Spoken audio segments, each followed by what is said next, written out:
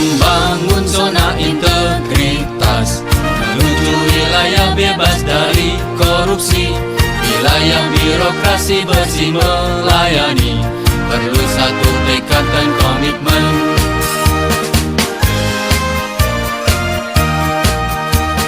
Pengadilan Agama Trenggalek bekerja sinergis. Assalamualaikum warahmatullahi wabarakatuh. Bismillah, walhamdulillah, wala hawla wala quwwata illa billah, amma ba'du. Alhamdulillah, sekali lagi kita bisa bertemu lagi, dan kali ini bersama tamu kehormatan kita, orang penting di ranah ilmiah. Hadir di samping kami adalah Bapak, mau nanti diperkenalkan Pak ya, Pak Abdul Jarir, nanti bisa memperkenalkan sendiri. Beliau ke PA Trenggalek ini dalam rangka untuk wawancara, intinya menggali informasi tentang kaitannya beliau akan menyelesaikan studi S3 disertasi yang terkait dengan hukum Islam dan sekelilingnya lah, intinya di ranah tentang hukum Islam. Jadi beliau hadir ke sini akan mengulas tentang itu. Nanti kita persilakan Bapak peneliti untuk menyampaikan hal yang akan disampaikan. Kami persilakan Pak Wawan nanti memperkenalkan diri terlebih dahulu. Bismillahirrahmanirrahim. Assalamualaikum warahmatullahi wabarakatuh. Alhamdulillahirabbil alamin. Wassalatu wassalamu ala asrofil anbiya wal mursalin sayyidina Muhammadin wa ala alihi washabihi ajmain, amma ba'du. Puji syukur kita panjatkan ke Zatillahi Rabbi yang Maha Rahman serta Rahim. Salawat serta salam semoga tercurah kepada junjungan besar Muhammad SAW.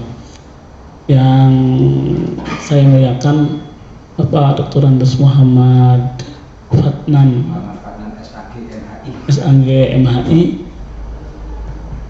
sebagai Wakil Ketua Pengadilan Agama Trenggalek sekaligus sebagai narasumber untuk disertasi saya di UIN Jogja, juga pada Bapak seluruh staf ya yang ada di Pengadilan Agama Trenggalek yang saya hormati.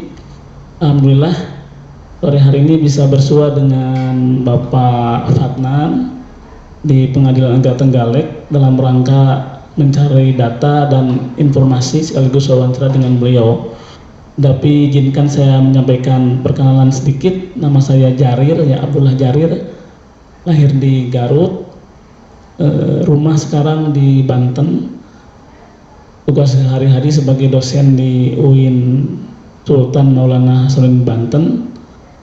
Selama 2 minggu ini saya tinggal di Pare, Kediri, untuk dalam rangka ini mencari data wawancara ke beberapa tempat, diantaranya di Pengadilan Agama Situbondo, Pengadilan Agama Trenggalek, yang insya Allah barangkali bisa diselesaikan dalam 2 minggu ini. Tujuan yang paling penting, yang paling primer dari kehadiran saya di sini adalah untuk melakukan wawancara dengan Bapak Muhammad Fatnan terkait dengan judul disertasi saya adalah Authority Legal Reasoning Representation Fatwa as a New Source of Indonesian Religious Code. Kebetulan saya S3 di program internasional Pak, dan judulnya menggunakan bahasa Inggris ya.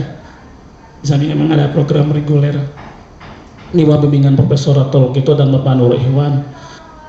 Dan tentu saja saya ingin sampaikan banyak terima kasih kepada Bapak Fatnan dan staf yang telah bersedia menerima saya untuk diwawancarai. Ini satu kebanggaan dan satu nikmat saya kira, karena tanpa ada wawancara dan data tidak mungkin disertasi saya ini bisa diselesaikan. Untuk itu saya ucapkan terima kasih dan jazakumullahu khairan katsiran. Itu mungkin untuk prolog yang dulu Pak. Langsung aja diulang ya. Terima kasih Bapak peneliti. Kami persilakan nanti untuk menyampaikan hal-hal yang terkait dengan disertasi, hal-hal apa yang bisa kami bantu dan menjawab.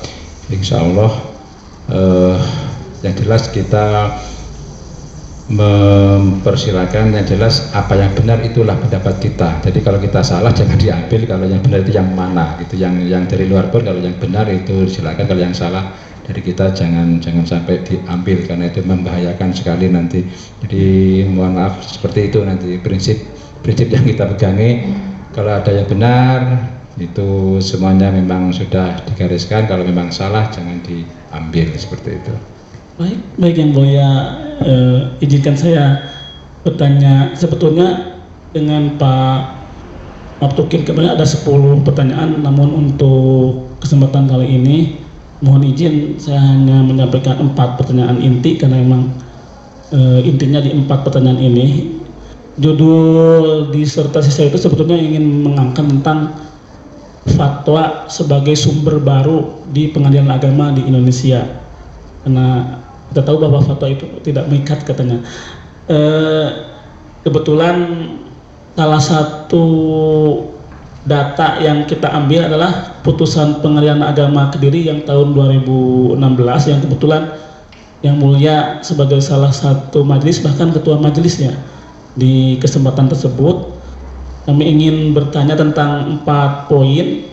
Yang pertama, mohon izin, apa landasan hukum yang paling utama yang digunakan oleh Yang Mulia ketika Yang Mulia memberikan putusan pada putusan pengadilan agama di Kediri di tahun 2016 itu?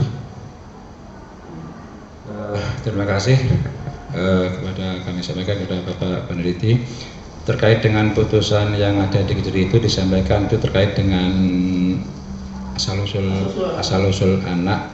Jadi yang jelas kalau secara umum di peradilan agama itu adalah karena berkaitan dengan hukum Islam yang kita adili atau yang berperkara atau yang bersengketa itu adalah orang-orang Islam atau orang yang tunduk kepada syariat atau hukum Islam. Jadi jelas sekali menggunakan hukum Islam yang ada. Jadi secara hierarki kalau boleh dibilang begitu, jadi hukum materinya adalah tetap kita mengacu kepada syariat adalah Al-Quran dan Sunnah. Kemudian terkait dengan yang lain-lain adalah hukum-hukum yang sudah ada di Indonesia, karena kita juga berada di Indonesia. Yang jelas jangan sampai itu menyalahi itu semua, karena kita sebagai garda katakanlah terdepan atau terakhir kalau boleh dibilang untuk mengedepankan semacam penguatan hukum Islam itu bertetap diperankan oleh PA untuk mengadili orang-orang Islam yang bersengketa. Kita pakai hukum Islam atau hukum-hukum lain, dalam hal ini hukum positif yang jelas itu tidak bertentangan dengan hukum Islam. Seperti halnya tentang hukum perkawinan ataupun dalam hal ini kalau KHI, walaupun itu bukan hukum apa yang belum bentuknya undang-undang, tapi kan impres Pak ya, itu adalah juga semacam kesepakatan dari ulama-ulama Indonesia, kemudian diimpreskan dan diperintahkan oleh Bapak Presiden waktu itu untuk diterapkan oleh hakim-hakim yang ada di Indonesia. Jadi mengawal hukum Islam diterapkan di lembaga peradilan agama, karena memang peradilan khusus dalam hal ini khusus perdatanya berita khusus, kalau ada pidana diakses juga pidana yang khusus. Jadi itu langkah pertama atau sumber pertama waktu menetapkan atau memberi penetapan dalam hal ini, karena dia permohonan memberi argumentasi dalam penetapan itu terkait tetap kita mengacu kepada hukum Islam, walaupun itu dengan memakai beberapa dasar yang terkait, walaupun dengan undang-undang perkawinan juga kita pakai karena itu juga terkait dengan kita, hukum materi kita juga ada hukum acara di situ juga. Jadi kita terapkan itu semua Bapak. Jadi yang jelas intinya tetap mengacu kepada Al-Quran dan Sunnah sebagai hukum yang tertinggi. Bapak yang mulia, terima kasih. Yang kedua,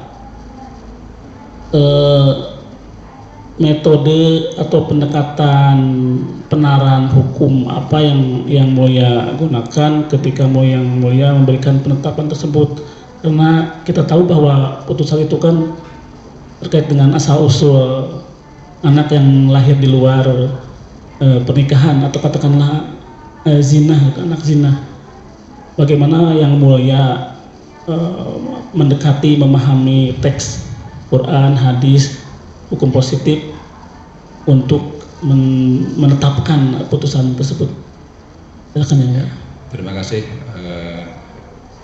Yang jelas kalau kita tidak salah ingat, kasus itu terjadi secara singkat adalah ada orang suami istri mengajukan asal-usul anak, minta disahkan anaknya itu.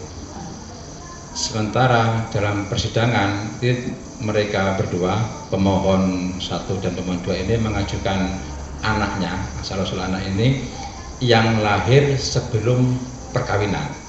Jadi setelah anak itu lahir, mereka berdua baru menikah. Setelah menikah otomatis anaknya kan akan dicarikan akte, barangkali seperti itu, akte kelahiran.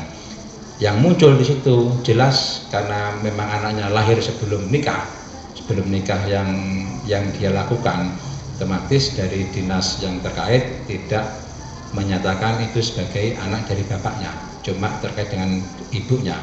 Otomatis karena semacam mereka berkeluh kesah seperti itu, mereka maju ke pengadilan agama waktu itu karena wilayahnya adalah wilayah kota Kediri, mereka maju ke situ. Tapi memang sudah jelas sekali mereka mengaku sendiri, bukan karena pembuktian, bukan, mengaku sendiri memang anaknya lahir sebelum nikah. Dan kita tegaskan, apakah sebelum lahir itu sudah ada nikah? Dalam hal ini barangkali nikah secara syar'i, Pak, atau secara adat atau secara apalah, yang penting nikah.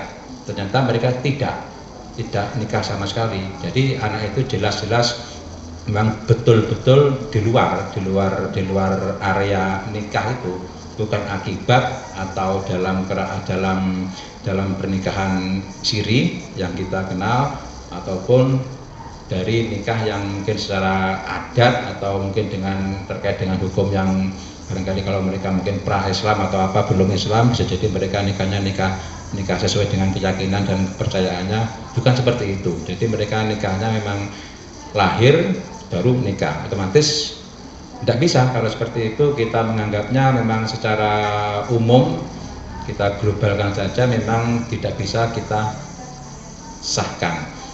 Tapi apa? Waktu itu adalah tahun 2012.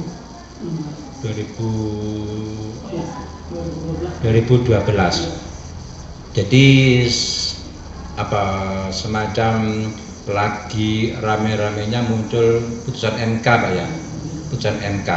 Jadi MK menyatakan jika si anak itu memang terbukti dari akibat seorang laki-laki dan istri, katakanlah begitu Pak ya, terbukti seperti itu, otomatis terkait hukum perdatanya, punya hukum atau keterkaitan keperdataan dengan kedua orang tua. Jadi kita juga mengadopsi seperti itu. Otomatis kalau yang mereka minta sahnya nikah, jelas tidak bisa, sudah terang benderang seperti itu. Enggak mungkin Pak ya, karena jelas-jelas bukan hasil undang-undang pun menyatakan seperti itu. Anak sah adalah anak yang dilahirkan atau akibat dari perkawinan yang sah. Yang sah itu apa? Secara agama atau kepercayaannya. Jadi itu tidak kena semua. Otomatis kita tolak karena memang tidak terbukti dari hasil nikah yang atau akibat nikah yang seperti itu. Tapi MK menyatakan jika mereka memang benar-benar secara, mungkin kalau ada pengingkaran atau apa, tapi terbukti secara DNA atau ilmu pengetahuan atau apa, itu terbukti dia anaknya anak si laki-laki itu, otomatis tetap punya hukum keperdataan. Tapi kita tanpa sampai ke situ, mereka mengaku sendiri memang bahwa mereka hasil perbuatan berdua, mereka mengaku sendiri cuma karena belum nikah yang sesuai dengan agama dan atau mungkin kepercayaannya. Otomatis karena MK seperti itu, kita ngikut ke MK bahwa anak ini adalah anak, katakanlah anak biologis, artinya anak yang tidak boleh kita nasabkan. Kita banyak seperti itu Pak, tidak boleh kita nasabkan karena memang bukan anak yang sah, otomatis nasabnya bukan, tapi secara biologis memang hasil dari mereka berdua, biologis. Otomatis kalau dinyatakan seperti ini, nanti si bapak tetap punya kewajiban keperdataan. Itu yang kita pahami Pak, seperti itu. Jadi kalau Bapak Peneliti sudah soalnya kita juga agak lupa ingat juga Pak, jauh. Yang jelas teringat jelas seperti itu. Jadi ada kasus seperti itu, ini menyangkut secara sah tidak bisa dinasabkan, memang sudah betul dari dinas yang terkait, tidak bisa dikaitkan karena memang nikahnya juga tidak pas. Kemudian secara biologis kita arahkan secara biologis, tapi bukan nasab, beda. Nah, kalau kita agamanya biologis, nasab, ataupun yang katakanlah ada yang istilahkan anak kandung atau apa, itu juga ada kriteria, ada beda-beda tipis. Kalau biologis, tapi memang dia hasil biologi, hasil hubungan biologinya, hubungan badannya itu iya kena. Tapi secara nasab kan terkait hukum. Nasab itu karena di Islam kan ada keterkaitan dengan nasab itu nanti sebagai wali ataupun kewarisan. Jadi ini nasab, bukan keperdataan. Kok bukan perdata, Pak? Iya sih perdata, bisa dikatakan seperti itu. Tapi kalau di Islam beda, perdatanya perdata yang umum. Tapi kalau itu menyangkut hak kewalian dan hak warisan tidak kena. Itu harus terkait dengan nasabnya, harus nyambung. Jadi seperti itu Pak, kita mengutipnya MK memang sudah mengadopsi secara biologis iya, dengan kewajiban melindungi atau memberi pendidikan atau memberikan penghidupan lah untuk si anak itu, tetap seperti biasa. Cuma haknya untuk yang lain-lain itu kita tidak angkat dari MK-nya itu Pak. Terima kasih Yang Mulia. Pertanyaan nomor 3, mengapa majelis hakim pada saat itu, termasuk Yang Mulia tentu saja, mendasarkan pertimbangan hukumnya kepada fatwa Majelis Ulama Indonesia nomor 11 ya tahun 2012 tentang status hukum anak yang lahir di luar pernikahan. Padahal kan kita tahu sendiri bahwa fatwa itu kan katanya not binding ya, tidak mengikat. Dan pada saat itu pun seperti yang Mulia sampaikan, ada putusan MK 2010 yang menyatakan bahwa anak yang lahir di luar pernikahan itu tidak punya hubungan perdata dengan keduanya. Padahal fatwa MUI mengatakan hanya memiliki hubungan perdata dengan ibunya, tidak dengan bapaknya. Intinya mengapa Yang Mulia mengutip atau mendasarkan putusannya pada fatwa MUI seperti yang termaktub di putusan? Seingat kami yang jelas kalau di MK itu, kalau undang-undang terdahulu, undang-undang perkawinan terdahulu, kalau anak lahir di luar nikah itu secara keperdataan atau memang ini nasabnya adalah nasab ke ibunya, haknya ke ibunya, hak warisnya atau haknya itu jelas ke nasab ibunya. Cuma kalau di MK enaknya ngomong Pak, jangan dibaca seperti itu, tetap bisa dikaitkan dengan bapaknya secara keperdataan, kemudian harus dibaca punya keterkaitan dengan bapaknya secara perdata, asalkan itu bisa dibuktikan secara keilmuan teknologi. Jadi kita adopsi dari situ, oh berarti ini bapak tetap punya kewajiban, karena MK menyatakan seperti itu harus dibaca, dipahami, tetap punya hubungan dengan bapaknya.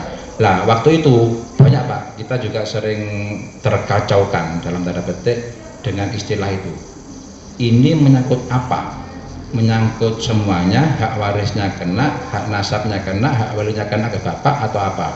Kalau jelas-jelas bapaknya nanti bisa menjadi wali dari si anak kalaulah perempuan dan punya hak waris, jelas itu bertentangan dengan hukum Islam yang sudah dipahami oleh masyarakat kita di Indonesia.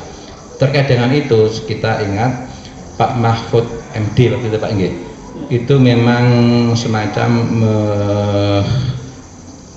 mendorong para ulama itu untuk memberi pemahaman atau memberikan semacam penegasan ke umat dalam umat Islam di Indonesia.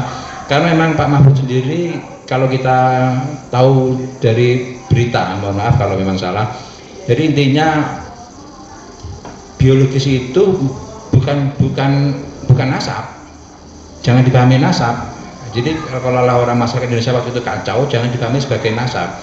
Biologis ya biologis, punya hak keperdataan, dia punya hak untuk punya kewajiban untuk seperti nasab lah. Cuma kalau yang nasab bukan, yang hak nasabnya itu kan beda Pak, hak walinya, hak warisnya beda, jangan dikaitkan dengan situ. Cuma hak lainnya si anak itu, pendidikannya atau mungkin nanti kesehatannya, apalagi nafkah seharinya, tetap Bapak sebagai punya kewajiban bisa dihukum oleh pengadilan.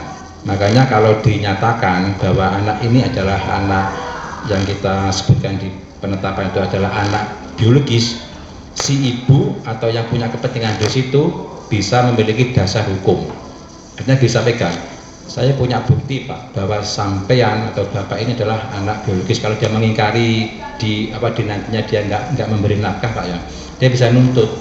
Ada aturan di undang-undang MK, undang-undang yang sudah dari undang-undang perkawinan itu menyatakan bapak biologis tetap punya kewajiban untuk memberikan nafkah, memberikan hak, punya hak penuh si anak itu apa aja, sama seperti orang tua ke anak, hampir sama, cuma hak walinya dan hak warisnya enggak, itu harus tetap dipegangin. Jadi Pak Mahfud memang arahnya ke situ yang kita pahami, jangan dipahami sebagai nasab yang kita yang secara umum nanti punya hak waris, punya hak wali, enggak. Makanya beliau mendorong waktu itu ke MUI untuk mendorong untuk memberi penegasan.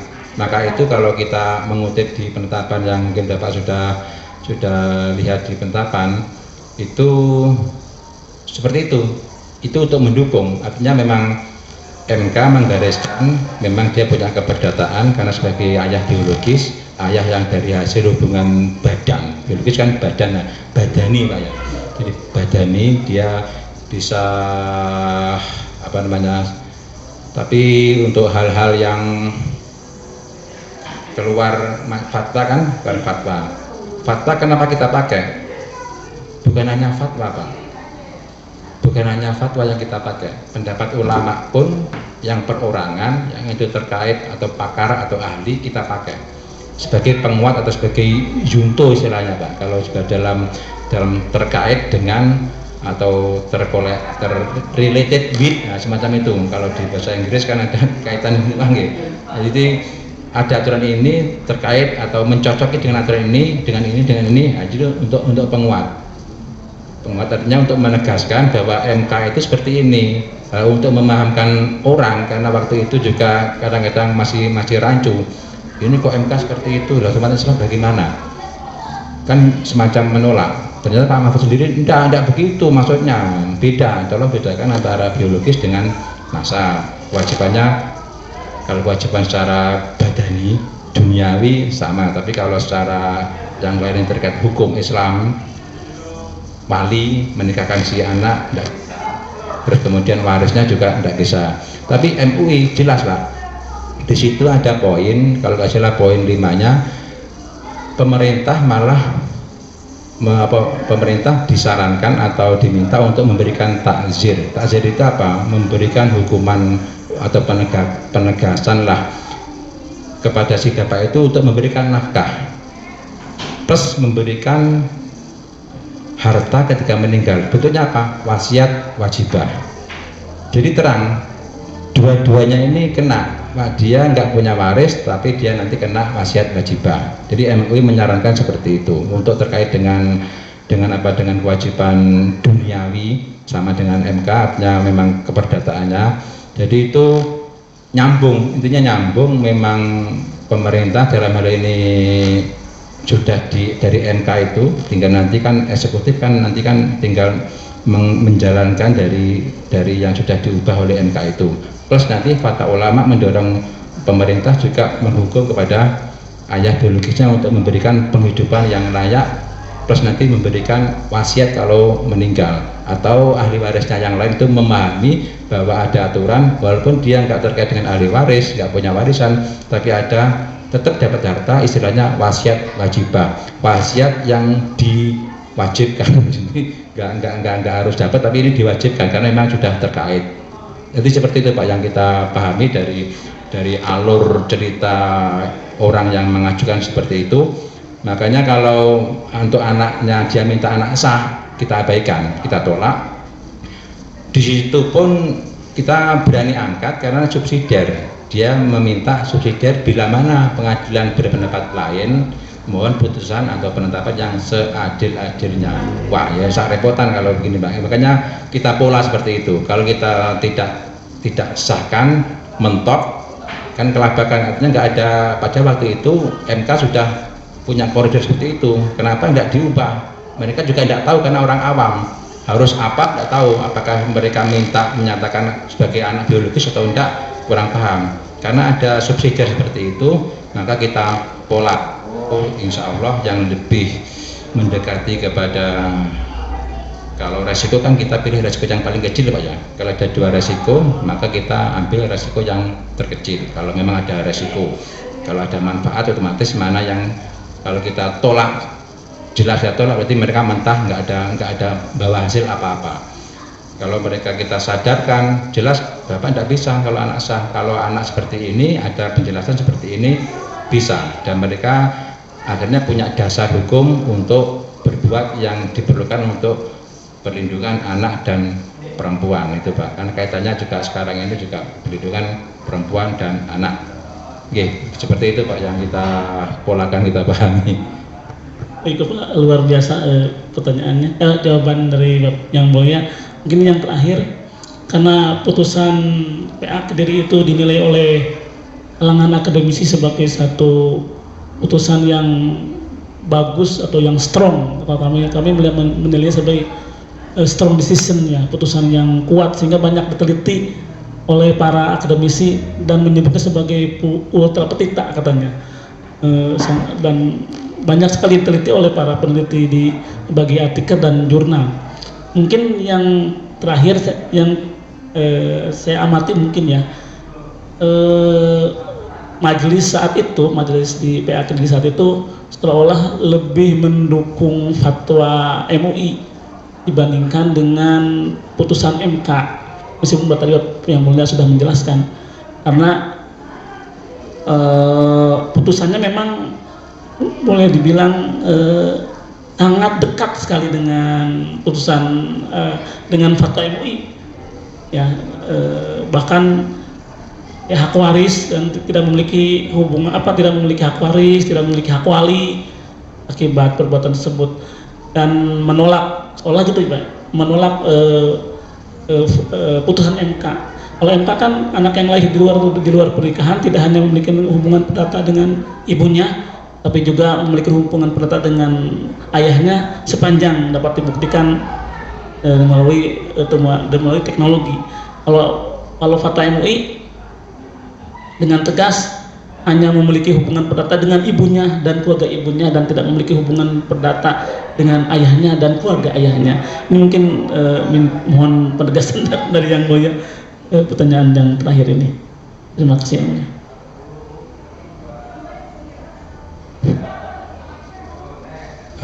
Terima kasih. Tapi yang jelas kalau memang boleh Bapak ungkap dari putusan Bapak baca itu yang kita nggak pegang nggak pegang. Tapi kalau ini ada kiriman, jadi kita baca sedikit kalau boleh kita bacakan untuk yang dari MK ini yang harus dibaca. Jadi anak yang dilahirkan di luar perkawinan mempunyai hubungan perdata dengan ibunya dan keluarga ibunya serta dengan laki-laki sebagai ayahnya yang dapat dibuktikan berdasarkan ilmu pengetahuan dan teknologi dan atau alat bukti lain menurut hukum mempunyai hubungan darah termasuk hubungan perdata dengan keluarga ayahnya. Jadi memang benar NK juga perdata, jadi hubungannya hubungan perdata Pak. Jadi makanya Pak Mahfud MD waktu kita baca di media internet, jangan samakan perdata dengan nasab, itu jangan samakan. Makanya kayak yang sudah kita jelaskan di awal tadi, jangan samakan hubungan perdata dengan hubungan nasab. Karena itu Pak Mahfud mendorong ulama untuk memberikan penjelasan kepada umatnya, dan hal ini umat Islam, majelis ulama. Kalau di majelis ulama, jadi karena sudah Pak Mahfud pesan, ada beda hubungan perdata dengan hubungan nasab. Kalau di fatwa MUI yang pertama adalah anak hasil zina tidak mempunyai hubungan nasab, wali nikah, waris, dan nafkah dengan lelaki yang mengakibatkan kelahirannya. Poin 1. Poin 2, anak hasil zina hanya mempunyai hubungan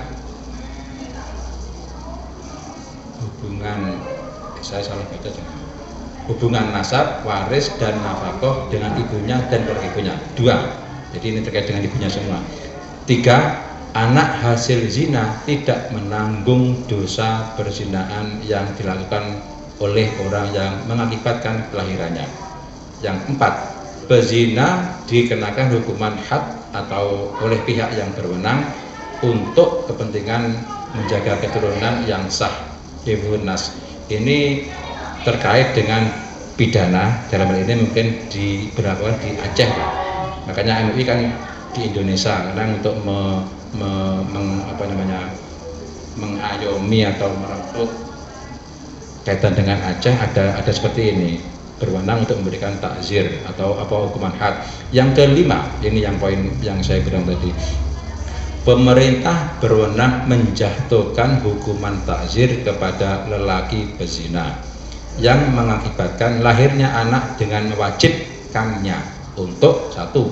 A. Mencukupi kebutuhan hidup anak tersebut.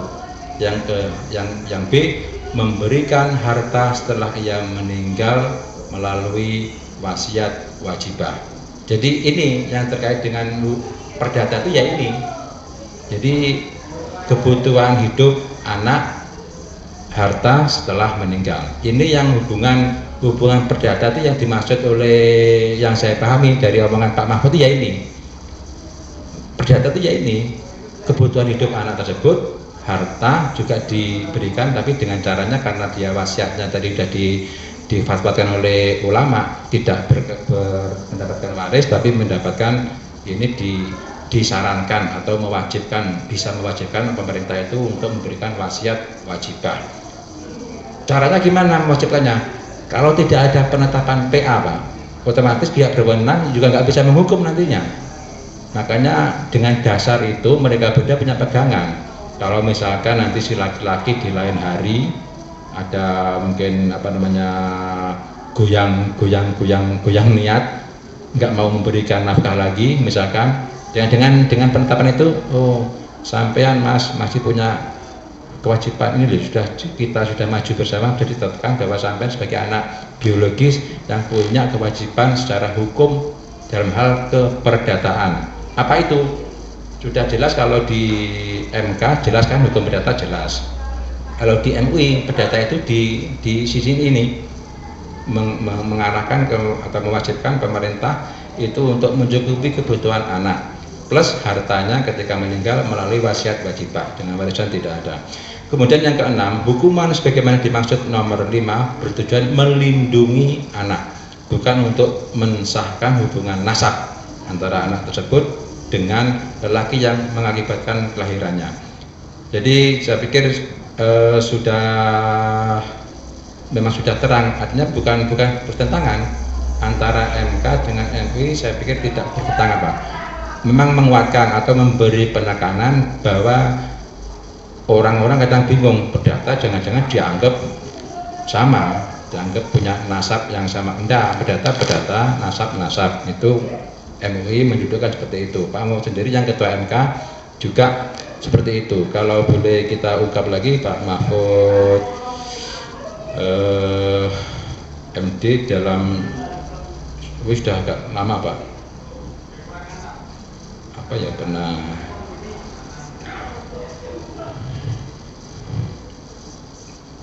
di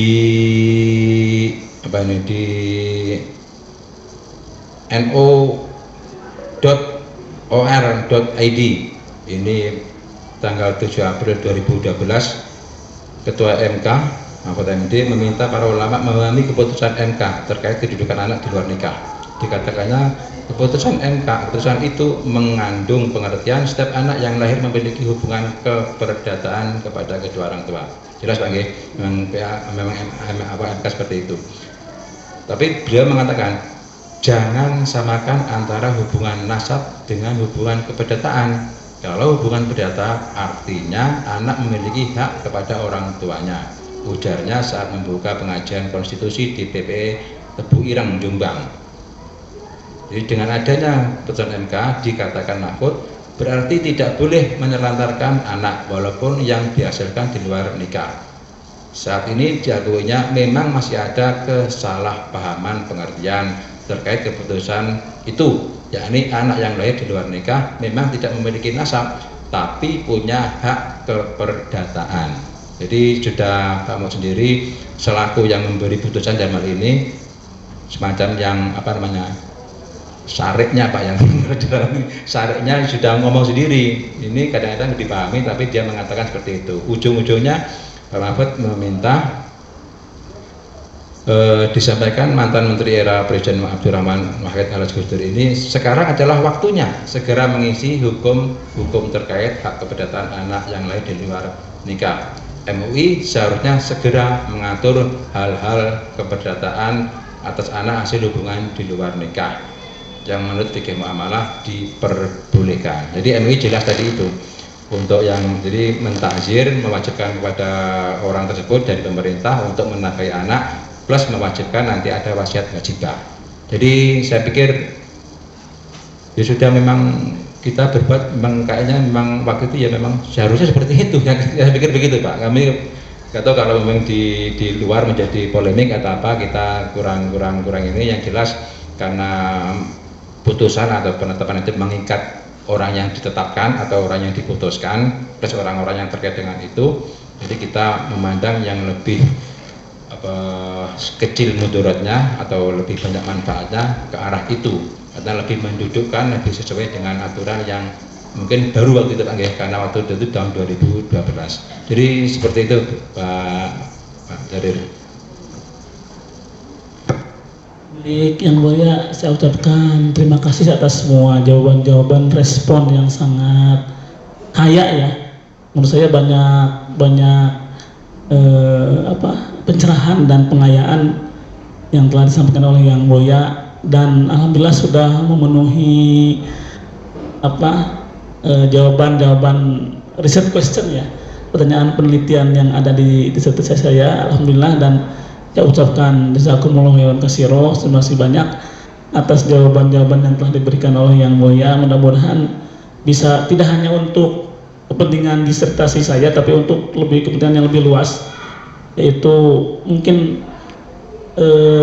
riset findingnya mungkin bahwa meskipun fatwa itu tidak mengikat, bukan bagian dari sistem perundang-undangan Indonesia, tapi eksis dan dapat dijadikan dasar, boleh menurut Mukti Arto juga boleh, bahwa fatwa itu boleh dijadikan dasar pertimbangan bagi majelis hakim di pengadilan agama dalam memberikan keputusan atau penetapan.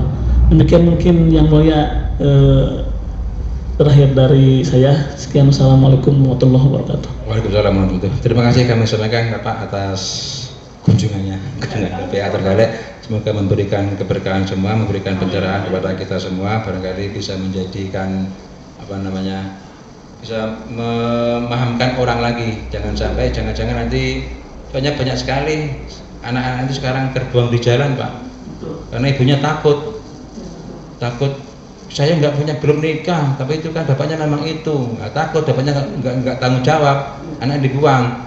Kalau dia bisa menghidupkan seperti ini, nanti ditakzir oleh pemerintah dan bapak itu tetap punya kewajiban, bisa dituntut kalau sudah ada penetapan sebagai bapak biologis. Kalau belum ada itu ya otomatis dia memang bisa seenaknya, tapi kalau memang bapak itu sudah ditetapkan oleh PA bahwa dia memang sebagai anak biologis, tetap dia punya kewajiban nantinya ditakzir dengan cara keperdataan yang tadi itu. Wih, kasihan Pak, banyak yang dikresek, berita-berita seperti itu di jalan-jalan. Oke, terima kasih Bapak Jarir. Oh, ini Bapak tadi di saya rekam Pak. Oh, iya. Tadi sudah direkam juga di sini. Iya, betul. Juga ada. Tadi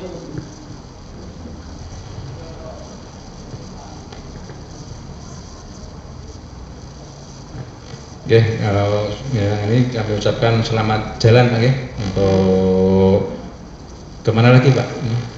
Alhamdulillah untuk wilayah ini sudah selesai, tinggal ke PA Jaksel ada lagi dua penetapan juga yang sama dengan BPA sendiri.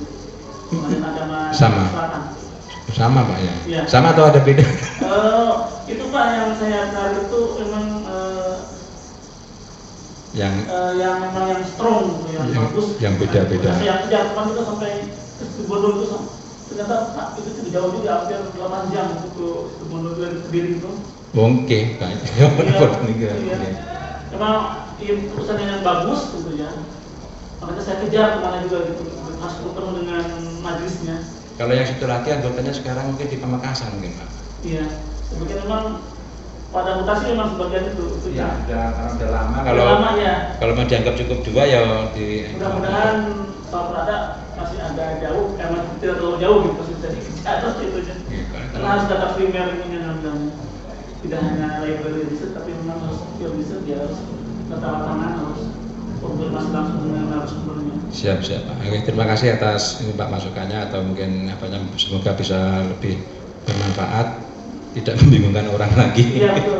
Tadi juga memang seperti soal bertentangan, kenapa Ya. ternyata tidak. Yang dimaksudkan dengan perdata di MK itu kan biologisnya aja. Ya, biologisnya betul Pak. Bukan nasabnya. Bukan nasabnya. Itu bertentangan. Jadi biologis yang di Indonesia dengan nasab di Indonesia, walaupun itu nasab kan juga kalau diterjemahkan juga beda, tapi tidak. Nasab itu secara hukum, maksudnya ada kaitan hukumnya, memang ada bukti nikahnya itu ada, walaupun tercatat walaupun tidak. Tapi kalau yang biologis kan memang non sama sekali. Sebetulnya yang MUI juga ternyata kan sama. Sama. Untuk hak-hak jismiahnya mah Sama, diberikan, ya, seperti sama. Ya. wasiat wajibah, Siap. meskipun waris tidak, wasiat wajibah diberikan.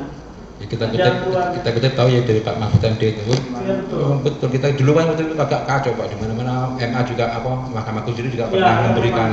memberikan enggak begitu maksudnya, begini sudah pernah MA juga. Lalu kalau disamakan memang jadi kacau ya. Kacau. Iya, Hukum Islamnya kacau. Iya, Kita kacau ya. nggak bisa Soalnya melindungi. dari, ternyata tidak nikah juga hak-haknya diberikan, Ya. hak perdatanya penuh dengan bapaknya. Muncul tuh apa? Kekhawatiran konsekuensi dari. kalau boleh dibilang memang MK kurang spesifik, atau mungkin ada penjelasan di bawah memang. Iya. Harusnya data itu apa sih maksudnya? Harus ada penjelasan. Kemudian mulai kabur. Nah, itu kan memang ini kayak ini masih kurang jelas ini. Ya Masih itu maksudnya kurang jelas. muncul tafsir itu. Ya, seolah mencampur adukan antara tadi jismiyah sama nasab, Ya, siap. perdata dan itu ya. Ini masih banyak semuanya dari. Direkam dulu salaman dari Pak. Oke, terima kasih Pak. Iya. Ade. Nah. Mungkin mohon saya minta apa?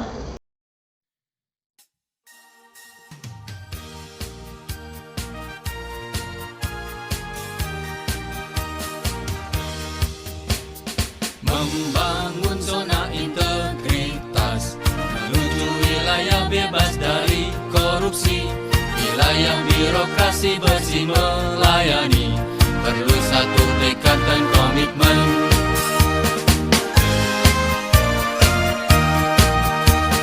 Pengadilan Agama Trenggalek bekerja sinergis dan inovatif, produktif serta berintegritas tinggi untuk wujudkan excellent service.